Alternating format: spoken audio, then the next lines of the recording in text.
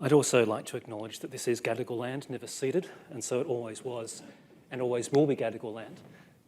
I'm a white woman, I'm wearing a pink dress, and I'm a trans woman speaking to you today. It would be easy for me to stand here and give you some conventional rhetoric about the need for people of diverse sexual orientations and gender identities and expressions and sex characteristics to be included in social and economic development. Maybe that's all that's expected. We could say a few things that we agree with here in this room, take a few questions and then go to lunch. I'd like, however, to get a little bit angry, maybe make some demands and even come up with a slogan.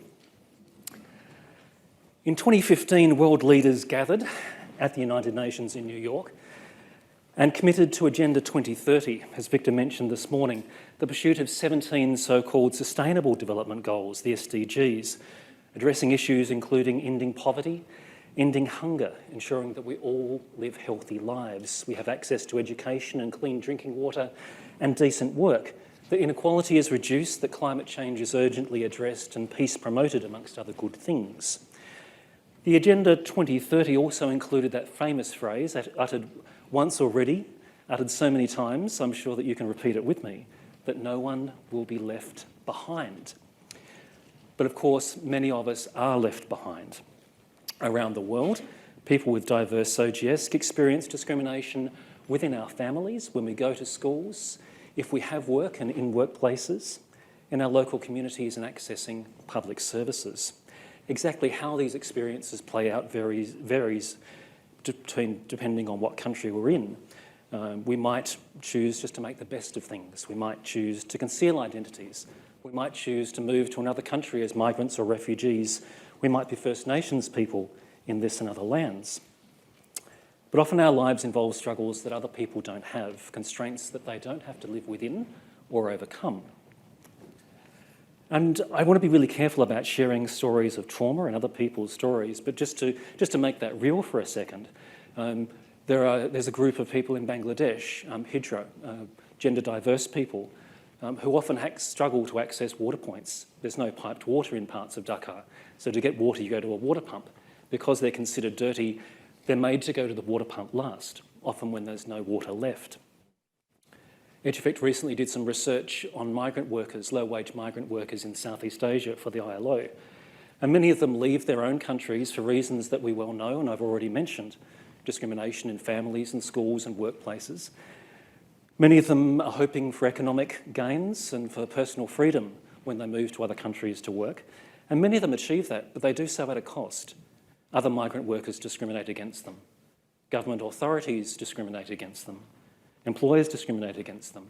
Migrant worker service providers don't train their staff or provide specific services and just assume that everyone can use the services that they offer, despite our different lived experience. Many of them send money home and gain more acceptance because of that. But we don't know for how long. When they go home, when they stop sending money, does that acceptance also stop? When they go home, are they then again pressured to go into heterosexual marriages, to conform to gender identities and gender expressions? While being migrant workers often helps, they shouldn't have to move countries in order to gain that kind of acceptance and dignity in their lives. And as we saw in the pandemic, all of these kinds of challenges that we experienced before crises make our experiences in crises even worse. When we rely upon informal sector work that no longer exists, when we fear accessing healthcare, when we get left out of social support services. Similar things happen in crises like disasters and conflicts, when systems that claim to provide services to everyone, again, don't take into account our lived experience. 2023 is the halfway point of this supposed 15-year journey toward the Sustainable Development Goals. And in September of this year, conference rooms in New York will again be filled with world leaders, with policymakers and advocates, asking how far we have come to meet those 17 goals, and what we can achieve by 2030. So given that we know about what we know about LGBTIQ people's lives, what can we expect will be said about LGBTIQ people come this September? Well, probably very little. because there's no mention of LGBTIQ people in any of the 17 goals, nor in any of the 168 indicators for those goals. And because we are not specifically mentioned, there is very little pressure on governments, UN agencies or other organisations to collect data about the development situation of LGBTIQ people or do anything about it. Of course, we can and we do read ourselves back into the SDGs because we are resilient and creative and amazing. Many of the goals do include generally inclusive language, education and health for all. If it says for all, then surely that means us too. But while that is true, it means that advocates for diverse OGS inclusion need to constantly remind the world that we exist. Our organisations spend an awful lot of time and effort asking to be included, sometimes in these SDG places where we have to fight against invisibility, sometimes putting submission after submission after submission into consultative processes, sometimes being asked to contribute our expertise for free over and over again, as Victor mentioned this morning. And sometimes those requests come from much larger humanitarian and development organisations that could easily pay for that expertise, that know better, but still expect for us to work for free. Perhaps because they know that we are desperate for recognition and a place to make our mark. But I wonder, when we advocate for our inclusion, when we advocate for inclusion, are we already starting from a very weak point? Certainly in the international humanitarian and development space where EduEffect works, inclusion of any marginalised group is often incredibly badly resourced and seems to have a very low priority. It feels like big humanitarian and development organisations get around to inclusion if and when they have money left over, after they've done things that they consider more urgent or more important. Sometimes it feels like we have to offer up more and more traumatic stories in order to justify our inclusion. And because inclusion work is so badly funded, it puts our own organisations in competition. It almost seems like we're in competition with other marginalised groups. And it often means we focus on our singular issues rather than looking at the intersections. So why do we accept being positioned like this? And can we turn the tables? Rather than asking to be included, can we start by demanding that governments and institutions interrogate their policies and practices that create exclusions in the first place? And that might seem to be a subtle difference or maybe just a bit of wordplay, but I think it's about shifting the burdens of proof and responsibility that we often carry onto other organisations that should also be carrying the water. It is essential, for example, that national governments have coordinated strategies to address the rights, needs and strengths of people with diverse OGS, not solely in areas like health, where we're sometimes addressed, but across education and employment, immigration, social services, and so many other areas of social and economic development. A strategy like that could be linked up. It can prevent problems emerging rather than reacting to problems.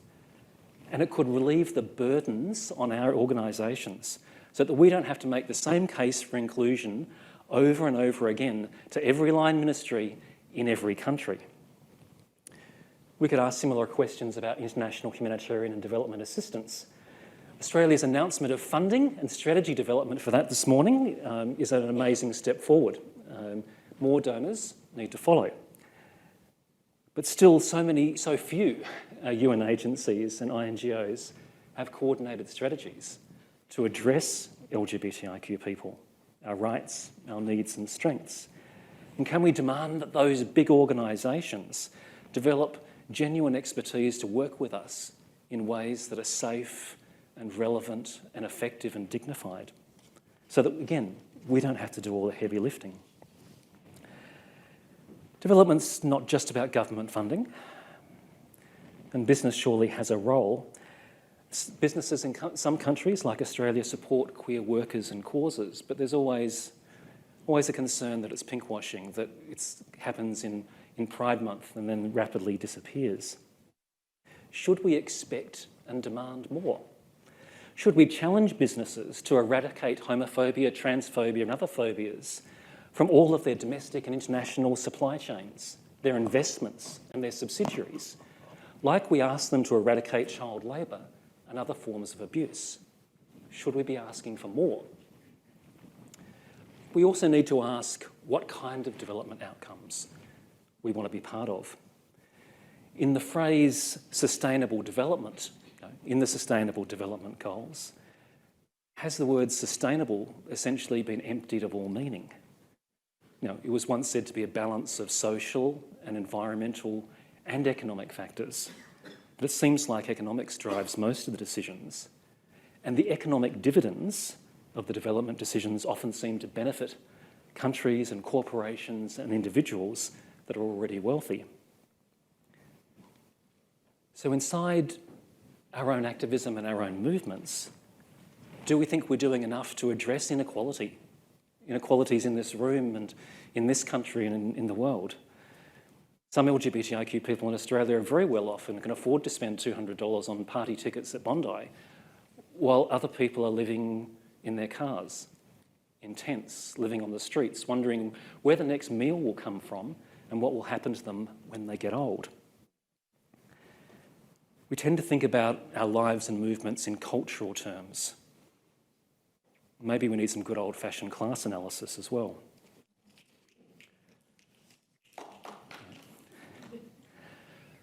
More broadly, the world's development systems and its post-World War II institutions still reflect colonial mindsets and a deep bias toward countries in the global north. And even as the world lurches toward climate crisis, we seem to be unable to change path anywhere near quickly enough. As Victor mentioned, this conference is happening adjacent to Pacific Island nations, some people represented in the audience here, where the consequences of climate crisis are here and now. So when we argue for social and economic inclusion of LGBTIQ people, when we ask to be part of economic development outcomes, are we just asking to be part of the existing systems that are destroying the planet and perpetuating local and global inequality? I hope that's not what we're doing. I hope that there is another path in which queer, social and economic liberation challenges existing inequalities. I've laid out a whole lot of big questions, and to be honest, I don't really have a whole lot of answers, and it may even seem unfair to ask so many questions, given the marginalisation that we as individuals and our communities experience. Is it also our responsibility to challenge these very systems? I feel like there's so much that we can do as individuals and groups, especially if we spend less time having to struggle for survival. And one starting point is surely much higher levels of funding for our organisations and the work that we do. As Victor Madrigal-Bola said, we must avoid elitism and co-option along the way. We must retain our stories and control over our destinies. I know in this room that there are amazing people and amazing organisations fighting the good fight every day in all kinds of local and national and regional and global ways. We want to acknowledge the amazing work that we do as people whose lives are often marginalised. I kind of want to come up with a slogan to finish off. Maybe a slogan that draws upon the inspiration of the 78ers, who 45 years ago marched down Oxford Street, shouting out of the bars and onto the streets. I wonder what you think our slogan could be. I'm going to go with, out of the conference centre and into the world. Thank you.